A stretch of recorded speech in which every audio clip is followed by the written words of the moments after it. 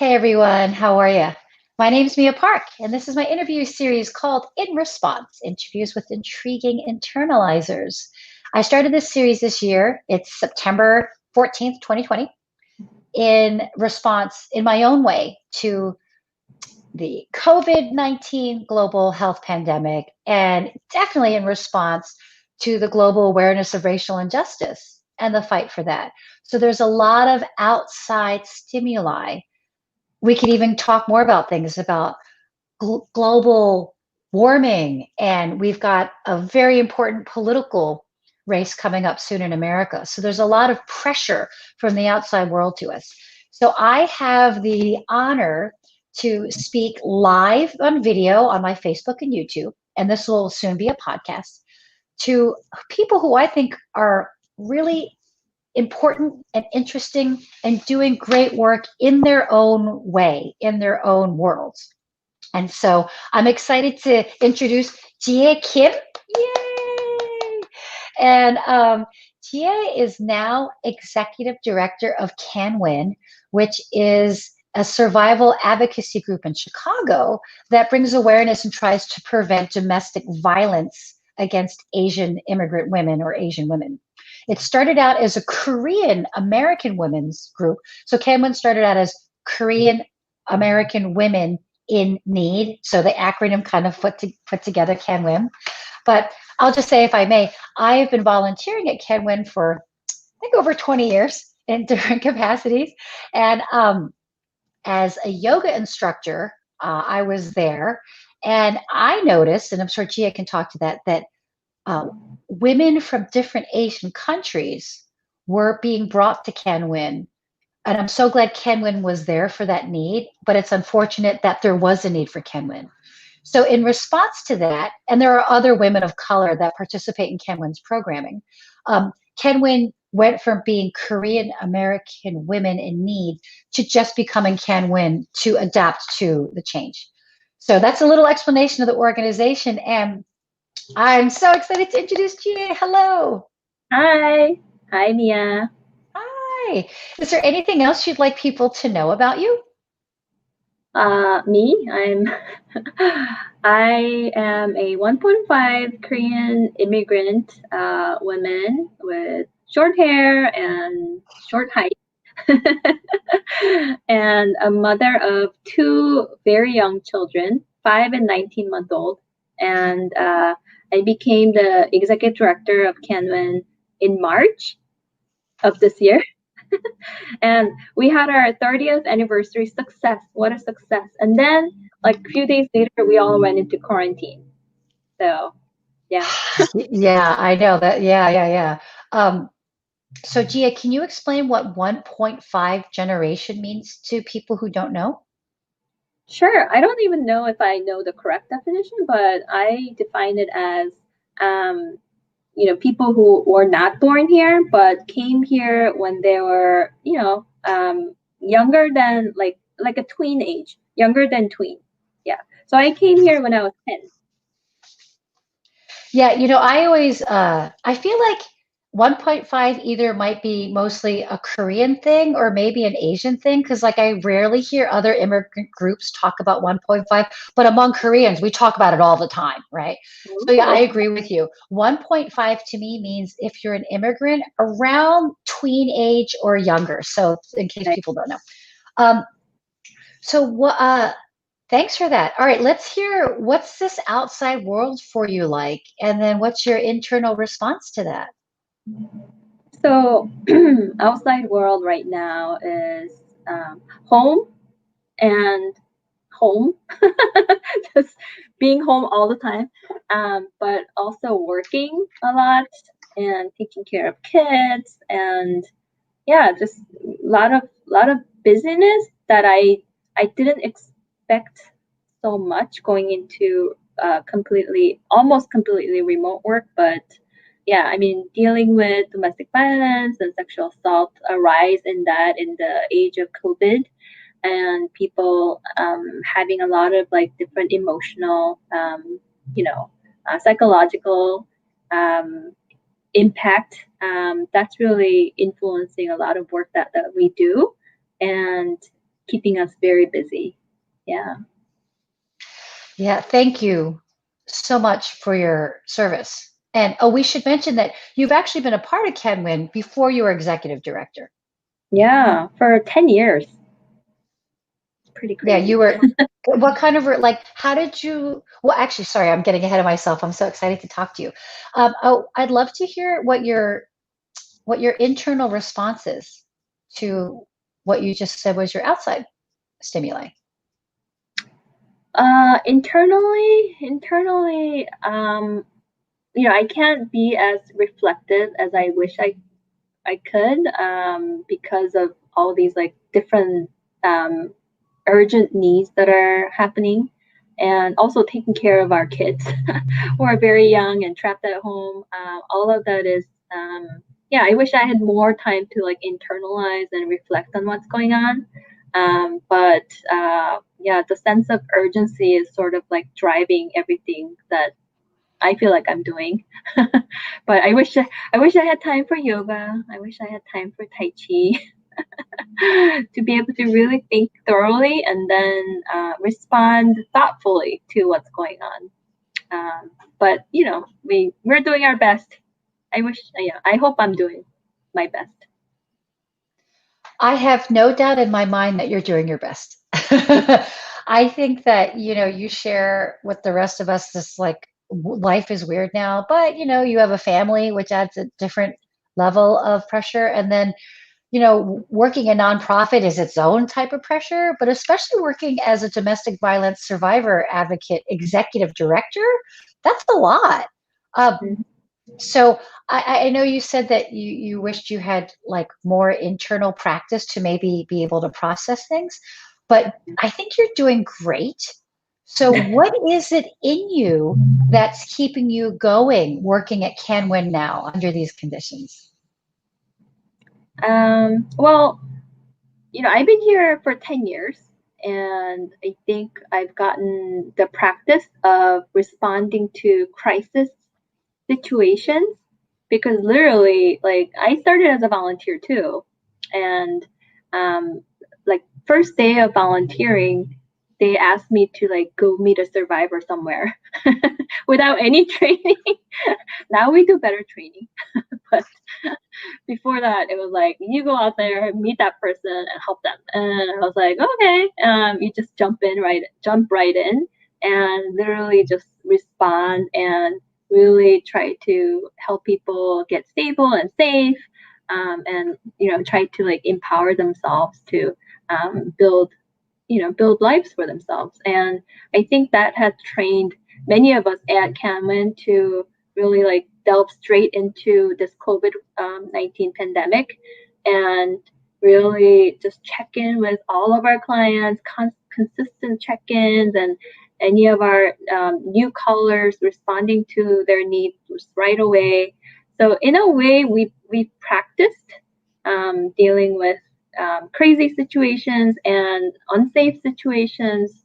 So that might be helping us to respond, um, maybe appropriately, but also we have so much to learn, because we've never dealt with this kind of situation before. Yeah. That is so insightful. Like to know that, yes, there are levels of trauma and levels of pandemic, if you will, to respond to even before COVID-19, right? Um, so, and that like life is a training ground, as we say. It's unfortunate that y'all were so ready for it, but I'm glad that you were. I mean, individually with you and your everybody's who's there or who works like you do, with your individual lives and families, and again, being there for others is great. Um, so, what are the statistics of your corner of the world as a survivor advocate? Like, are you getting more phone calls? Are you getting less phone calls now that we're all shut in? So actually, we experienced from April to June 25% increase in our hotline calls. And in Illinois, ILDB helpline, domestic violence helpline, they had 15% increase. And globally, it's looking like 25% increase in violence at home, and it's an issue. I mean, a lot of people are struggling just to be home, but if your relationship was unhealthy before, these added stressors are going to impact how you react to things, how you react to each other. So yeah, that's one of the biggest concerns that we have as we go into winter. Um, like Game of Thrones, that phrase to me is always on there, like winter's coming. Winter's coming. Yeah. So I hope we as a community can really care for each other, even though we can't meet, all these social distancing, all of that. But like we can be with each other like through Zoom and through conversations, through continuous communication. That we can get over this winter together. Yeah, that's so interesting you say that. I totally understand what you mean. I have a fear about how we're all going to shift behaviorally. Um, yeah, sorry that your hotline has grown by 25%, which is higher than the state, right? Which reflects that there's something going on in the Asian community. If you know what I'm saying, if you had 25% more, but the state average is 15% more. But then DV Helpline, they launched the texting program, and through text, it was like close to 2,000% increase. I mean, they launched it last year. Oh, They launched it last year, so granted, people didn't know about texting options, but a whole lot of people are reaching out by those means.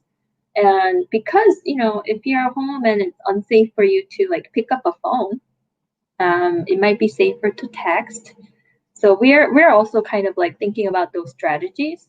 And during the summer and until now, we are getting hotline calls, but not as much. And we're wondering if it's like people who are discouraged from calling, or scared, like if you come out at this time, like where would you go?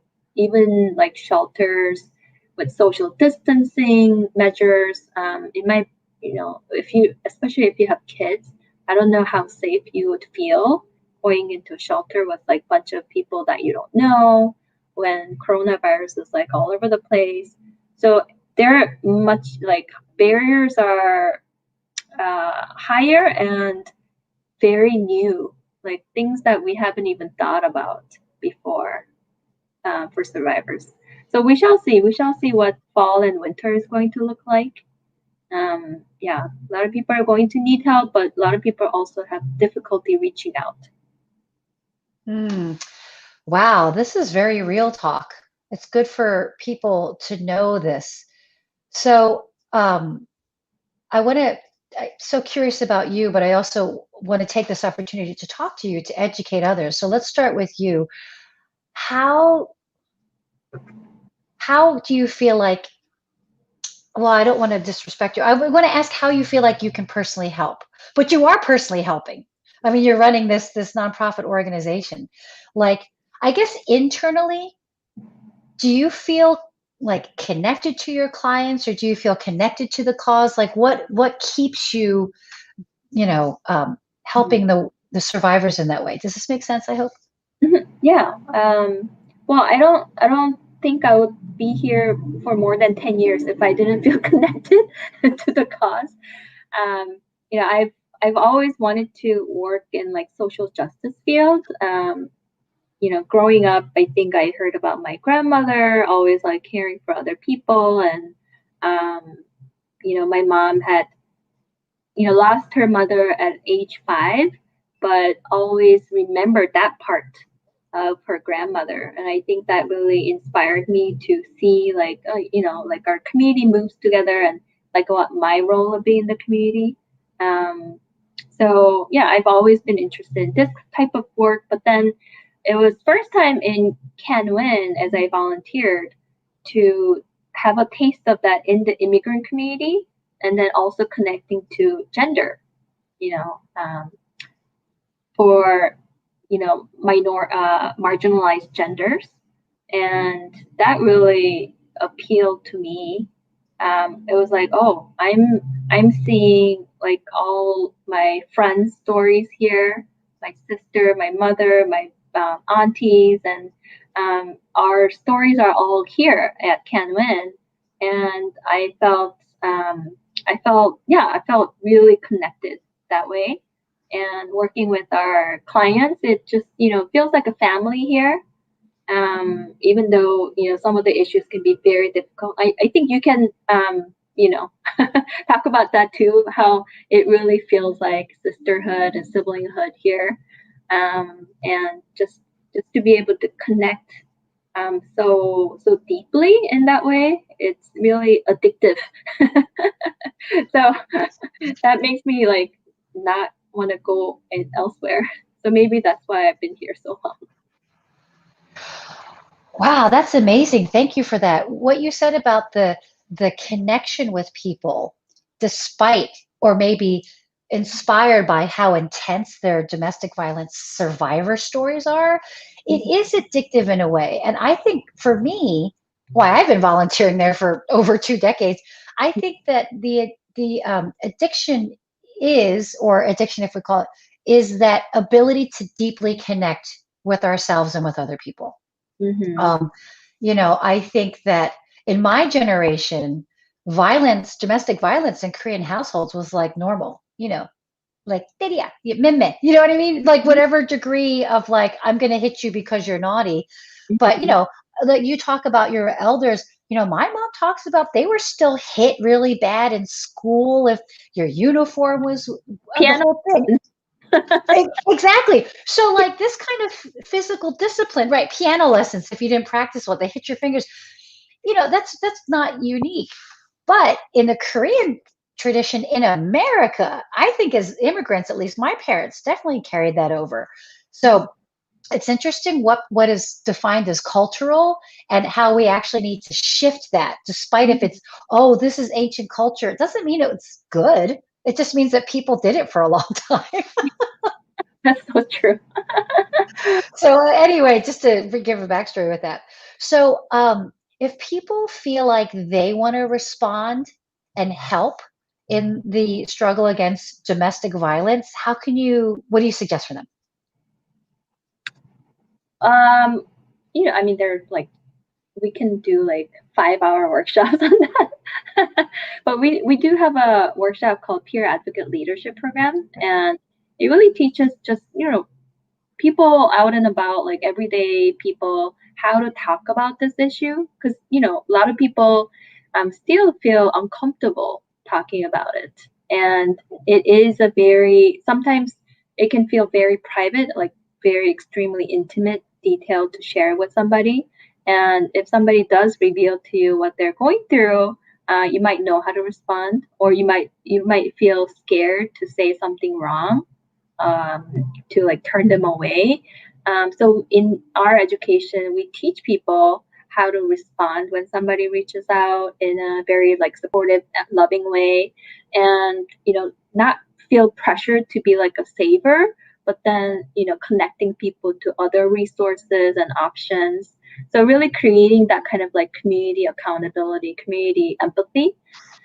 So if somebody is interested in helping out, they could poke around our website or poke around like what these issues are, and then start to kind of like educate themselves like, oh, if my friend or if my family member tells me about this, like what would I say? What would I say to encourage them instead of discouraging them or doing like victim blaming and stuff? So I think that's really important. Also, if somebody has like ability to volunteer and answer hotlines, we would love to connect with them and actually get them trained to become hotline volunteers, or become a donor or supporters in other ways. So there are so many different ways. Yeah, but it starts from starting to pay attention to the issue. You know, yeah, just like any other social justice cause. That's amazing. Thank you so much. Like paying attention, you just said so many really important, wonderful things. Like community advocacy and also community accountability. Hmm. So can I'd love to get your observations on the racial justice issues now. And I mean, they've been going on for a long time. As Korean women, and especially as an immigrant, we have our own experiences. But if we can relate this back to the Black Lives Matter movement, what are your observations about that? Yeah, I mean, this this year has been the year to like really bring attention to this issue. Um, our clientele has always been extremely diverse. Although we started as a Korean, very focused in Korean community, we've always had people from all over the world and all over our community who are struggling with domestic violence and sexual assault, working with us. So we see day in and day out like how this racial injustice plays out in people's ability to find help, be able to be listened to or believed. A lot of victim blaming going on, especially when you're trying to work in the criminal legal system, or police not paying attention to what the survivor says. So these are things that we've always like witnessed in person and played our advocate role by like confronting them or like trying to like get them to listen, always working with the survivors so that they can tell their story, and be believed and exercise their right. So these, while it is extremely overwhelming and sad to see, Black lives being really hurt and destroyed by, especially the law enforcement. But systematically, there are so many areas that we need to do better and we need to improve, because right now, what is out there is not working. And that's what we've always witnessed and tried to work against. But if we can all do it together, if people out there, by seeing these news and by starting to paying attention, maybe there is a hope for like an entire systematic change. I love that. Thank you. Oh, and you said the hope word. I wanted to end by asking you if you are hopeful for the future. And if you are, what are you hopeful about? Yeah, I mean, I guess we have to be hopeful to get through this time. Although it's very hard to be hopeful right now. But I think another reason why I've been at Canman for so long is that people come with like very heartbreaking stories and very difficult issues, but I've seen them get through it. I've seen people achieve their dreams, and really the resilience that I've witnessed and had the honor of being together in those moments. I think that helps. That naturally gives me hope that we can get through this, and whatever difficult things might come, if we do it together, then you know we can get over it. We Yeah, can win. we can. I always say that like mantra. Yeah, That's whenever right. That's you know, you know, like watching the news like last night, I was like, there's no hope. And then like I come yeah, out. I don't watch the news. I've actually limited my news intake. I give myself like so much less time for news. There's a lot of filters to go through. It's about finding out what the real truth is out there. But one thing I so appreciate to hear you saying is like you keep going back to the sense of community, when it comes to ending sexual violence and domestic violence and like rallying for the Black Lives Matter cause and having hope for the future. So thank you for being someone who's drawing the community together and encouraging us to be together. Because you're right, we can't do this alone. We absolutely need each other to get through this, right? Right. Yeah, we do. Yeah. Oh my gosh. Well, thank you so much. You've been so wonderful to talk. Wait, we're Korean. So we have to do Korean hearts. I'm so 2014. I'm like, Korean hearts. Oh, is this old? Can we still do this? Not doing this. So We're better. Oh, I love this one too. I also like this one. I like this one too. Yeah. But we're making lots of hearts at each other because there's so much love and appreciation. So thank you so much, Ji-Hye. Thank you for Thank being you you. and for doing what you do and joining us. I want to give a shout out to Pear. Pear gave a comment saying that that culture and conditioned traumatization are not, in fact, the same thing. And Pear, you've been such a great ally all along. So thanks for watching and giving us that great feedback. And thank you, everybody else, for watching. If you're doing the video, for listening, if you're doing the podcast. Again, my name is Mia Park. And if you would like to support me and my team who put this series on, you can become our patron. And you can do that at $1 a month. That's at patreon.com/Mia Park. And that link is in the bio. So take care, everyone. Bye, Ji-Hye. Thank you. Bye. Bye-bye.